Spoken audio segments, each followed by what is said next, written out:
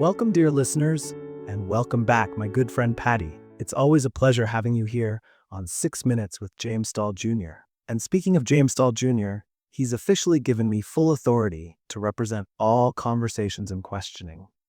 So you're stuck with me now. I figured that was the case.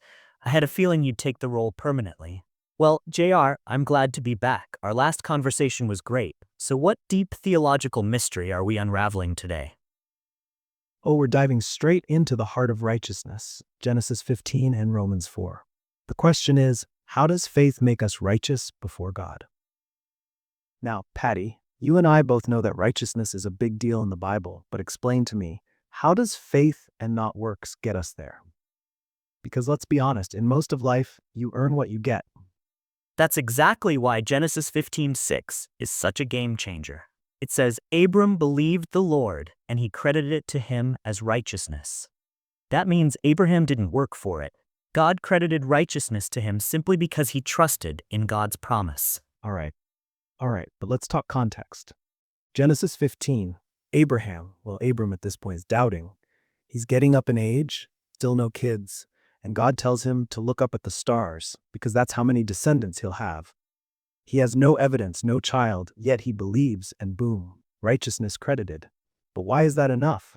Shouldn't he have had to do something? See, JR, you're thinking transactionally, as if Abraham had to buy righteousness with good behavior. But God operates on grace, not transactions. That's exactly what Paul argues in Romans 4. He literally says in Romans 4:5, to the one who does not work, but trusts God who justifies the ungodly, their faith is credited as righteousness. So you're telling me God justifies the ungodly? That almost sounds unfair. It is unfair. That's grace. Think about it. If righteousness was earned, we'd all be doomed. Romans 3 verse 10 says, there is no one righteous, not even one. That means if God required us to be perfect by our own effort, nobody would make it. But he flips the system upside down. He gives righteousness freely to those who believe, just like he did for Abraham. All right, I see where you're going, but let me hit you with this. Why Abraham? Why does Paul use him as the example in Romans 4? Couldn't he have picked someone else? Great question. Paul uses Abraham because he's the father of faith, and he existed before the law was given. If righteousness came from keeping the law, then Abraham couldn't have been justified this way because the law of Moses didn't exist yet. Paul even says in Romans 4:13, it was not through the law that Abraham and his offspring received the promise, but through the righteousness that comes by faith.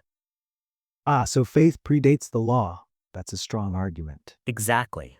And then Paul takes it even further in Galatians 3 verse 16, where he says that when God promised Abraham's seed, he wasn't just talking about Isaac, he was talking about Jesus. Wait. So you're saying that the whole descendants as numerous as the stars promise isn't just about Israel? Bingo. Paul clarifies that the promise to Abraham was ultimately pointing to one seed, Christ. And through Jesus, everyone who believes becomes a part of that promise. That's why Galatians 3:29 says, if you belong to Christ, then you are Abraham's seed and heirs according to the promise. So Abraham's faith was pointing forward to Jesus, and now our faith points backward to Jesus? That's right. Abraham believed God's promise before Jesus came, and we believe in what Jesus already accomplished. But both are counted as righteousness by faith. Okay, Patty, I hear you, but what's the takeaway here? How does this help people today?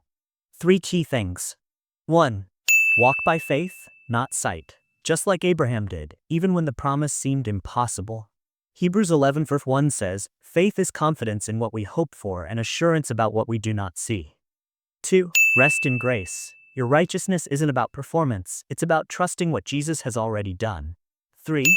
Let faith lead to obedience, because trusting God means following him, even when you don't have all the answers. All right, so bottom line, Abraham wasn't righteous because of what he did, but because of who he trusted. That's a game changer. Exactly. And Romans 4:23-24 tells us that this was written not for him alone, but also for us, to whom God will credit righteousness. For us who believe in him who raised Jesus our Lord from the dead. So it's not just an Abraham thing, it's our reality too. 100%. Man, Patty, I gotta admit, you've got receipts today. It's all right there in the Word. All right, folks, that's it for today. Whether you're team faith or team works. Keep digging into the Word. You might just find the truth was there all along. Please share, like, and subscribe if you want to learn more. Until next time, God bless you all.